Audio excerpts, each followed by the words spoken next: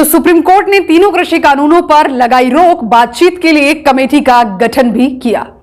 केंद्र को सोमवार की सुनवाई में फटकार लगाई गई थी कि आप कुछ करें तो करें, वरना हम फिर कुछ करेंगे।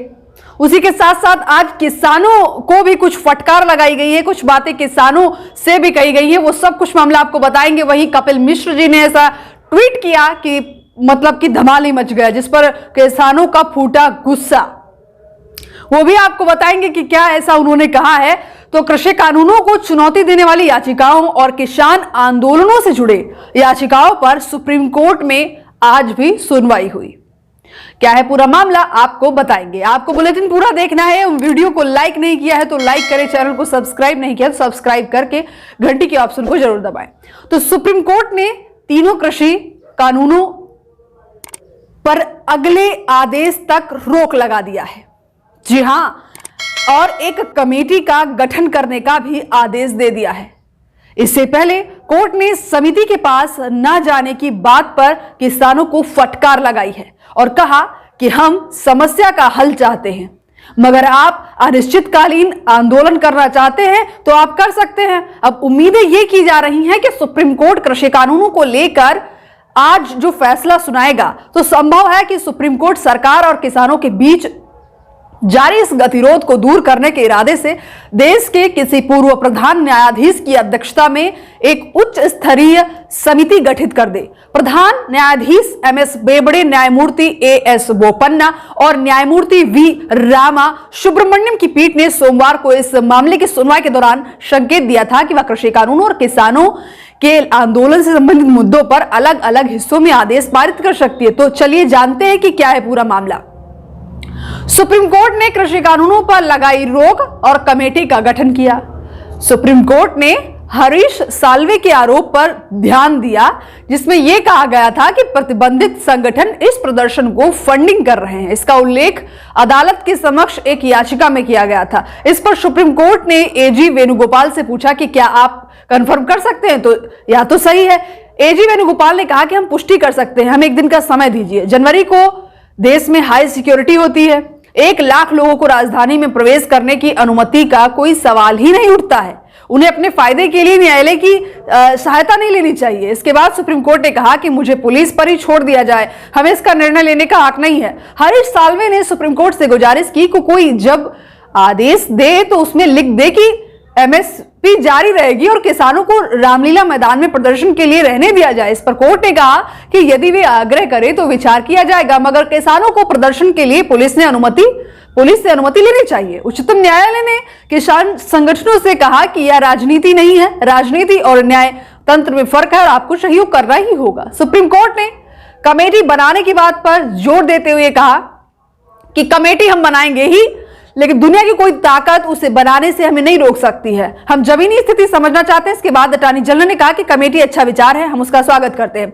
याचिकाकर्ताओं में से एक के लिए पेश होने वाले वरिष्ठ अधिवक्ता हरीश साल्वे का कहना, यह कानूनों को लागू करने पर रोक को राजनीतिक जीत के रूप में नहीं देखा जाना चाहिए। उन्होंने कहा कि इसे कानूनों पर व्यक्त चिंताओं की एक गंभीर परीक्षा के रूप में देखा जाना चाहिए। कृषि कानूनों को चुनौती देने वाली याचिकाओं पर सुनवाई के दौरान सीजेआई ने कहा कि समिति इस मामले में न्यायिक प्रक्रिया का हिस्सा है और हम कानूनों को निलंबित करने की योजना बना रहे हैं, लेकिन अनिश्चित काल के लिए नहीं होना चाहिए। किसानों की ओर से कोर्ट में पेश हुए वकील एमएल शर्मा ने कहा कि किसानों का कहना है कि कई व्यक्ति चर्चा के लिए आए थे, लेकिन इस बातचीत के जो मुख्य व्यक्ति हैं प्रधानमंत्री जी, वो नहीं आए। तो इस पर चीफ जस्टिस ने कहा कि हम प्रधानमंत्री जी को कह नहीं सकते कि आप मीटिंग में आओ, वह इस केस में कोई पार्टी नहीं है। सीजीआई ने कहा कि हम एक समिति इसलिए बना रहे हैं ताकि हमारे पास एक स्पष्ट तस्वीर हो और हम यह तर्क नहीं सुनना चाहते कि किसान समिति में नहीं जाएंगे और हम समस्या को हल करने के लिए देख रहे हैं। अगर आप किसान अनिश्चितकाल आंदोलन करना चाहते हैं तो आप ऐसा कर सकते हैं। तो कृषि कानूनों पर आगे चीफ जस्टिस ने कहा कि यह समिति हमारे लिए होगी। हम सभी लोग जो इस मुद्दे को हल निकालने की कोशिश कर रहे हैं इस मुद्दे का, तो इस समिति के समक्ष जाएंगे और वह ना तो कोई आदेश पारित होगा और ना ही आप उसमें कोई दखलंदाजी कर सकते हैं या एक रिपोर्ट प्रस्तुत करेगा। इसके बाद सुप्रीम कोर्ट के चीफ जस्टिस ने कहा कि हम कानूनों की वैधता, विरोध प्रदर्शन से प्रभावित नागरिकों के जीवन और संपत्ति की रक्षा के बारे में भी चिंतित है। हम अपने पास मौजूद शक्तियों के अनुसार समस्याओं को हल करने की कोशिश कर रहे हैं। हमारे पास जो शक्तियां हैं उनमें से एक है कि हम कानून को निलंबित करें और एक समिति बनाएं। तो कृषि कानूनों को चुनौती देने वाली याचिका दायर करने वाले एडवोकेट एमएल शर्मा ने अदालत से कहा कि किसानों ने कहा है कि वे अदालत द्वारा गठित किसी भी समिति के समक्ष उपस्थित नहीं होंगे। कृषि कानूनों को चुनौती देने वाली याचिकाओं पर सुप्रीम कोर्ट में सुनवाई शुरू हुई और सुप्रीम कोर्ट के फैसले से पहले किसान नेता राकेश टिकैत ने कहा कि अदालत के फैसले के बाद हमारी कमेटी की बैठक हो रही है। इसके बाद हम अपनी लीगल टीम से बात करेंगे और इसी बैठक में हम आगे का फैसला करेंगे और रणनीति बनाएंगे।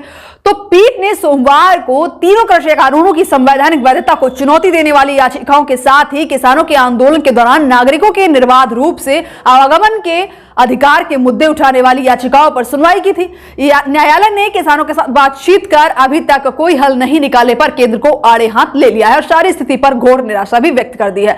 अब आपको बता दें कि सोमवार की सुनवाई में क्या क्या हुआ था। सुप्रीम कोर्ट ने कहा था कि किसानों के साथ उसकी बातचीत के तरीके से वह बहुत ही निराश है और इस विवाद का समाधान खोजने के लिए वह एक समिति गठित करेगा। इस बारे में आदेश मंगलवार को आएगा, अब यानी कि आज। और मुख्य न्यायाधीश एमएस बोबड़े की पीठ ने इस मामले की सुनवाई के दौरान अपनी नाराजगी व्यक्त करते हुए कहा और संकेत दिया था कि यदि सरकार इन कानूनों का अमल स्थगित नहीं कर सकती तो उन पर वह रोक लगा देगी, यानी कि सुप्रीम कोर्ट। इसके साथ ही न्यायालय ने यह भी कहा कि वह किसी पूर्व प्रधान न्यायाधीश की अध्यक्षता में एक समिति गठित कर सकता है जिसमें देश की सभी किसान यूनियनों के प्रतिनिधियों को शामिल किया जाएगा। न्यायालय ने इस गतिरोध का समन्वय समाधान खोजने के लिए केंद्र को अपनी ओर से समय देने से इनकार भी कर दिया। पीठ ने कहा कि अटॉर्नी जनरल, हम पहले से ही आपको काफी समय दे चुके हैं, कृपया संयम के बारे में हमें भाषण मत दीजिए। शीर्ष अदालत ने कहा कि इस मामले में कृषि कानूनों और किसानों के आंदोलन के संबंध में वह हिस्सों में आदेश पारित करेगी और पीठ ने इसके साथ ही पक्षकारों से कहा कि वे शीर्ष अदालत द्वारा गठित की जाने वाली पीठ के अध्यक्ष के लिए पूर्व मुख्य न्यायाधीश आर.एम. लोढ़ा सहित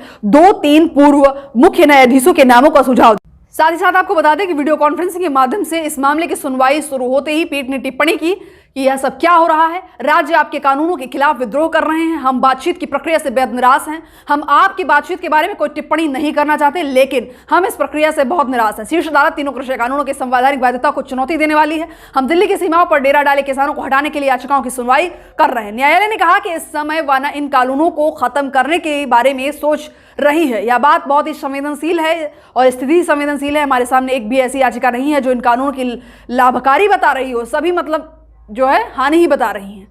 तो आपको वही बताते चले कि जब तक न्यायालय यह नहीं महसूस करेगा कि इससे मौलिक अधिकारों या संविधान की योजना का हनन हो रहा है, उन्होंने कहा कि कोर्ट को ध्यान रखना चाहिए कि वह इस तरह के कानून स्थगित कराना एक चलन बन जाएगा और इस मामले की आज सुनवाई नहीं होकर मंगलवार को होगी।